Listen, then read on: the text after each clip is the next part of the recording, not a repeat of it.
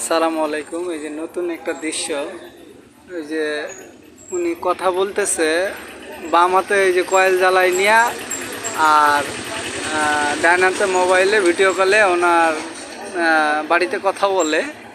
তবে এটা একটা আজব দৃশ্য দেখেন, এই যে মশার অত্যাচারের জন্য এই দেখেন, তারপরেও উনি হাসি মুখে ফ্যামিলির সাথে কথা বলতেছে। সারাদিন কাজকাম শেষ করে উনি কিন্তু চাইলে বাসায় যে কথা বলতে পারতেন, কিন্তু এখানে এই দেখেন কয়েল জ্বালাই দিয়া মনের শান্তিতে কুড়ুং কুড়ুং করে কথা বলে। আসলে এই দৃশ্যগুলো না দেখলে আমরা বুঝবো না।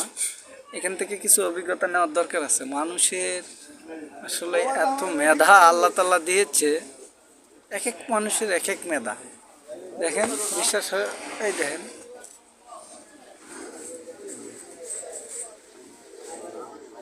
আল্লাহ।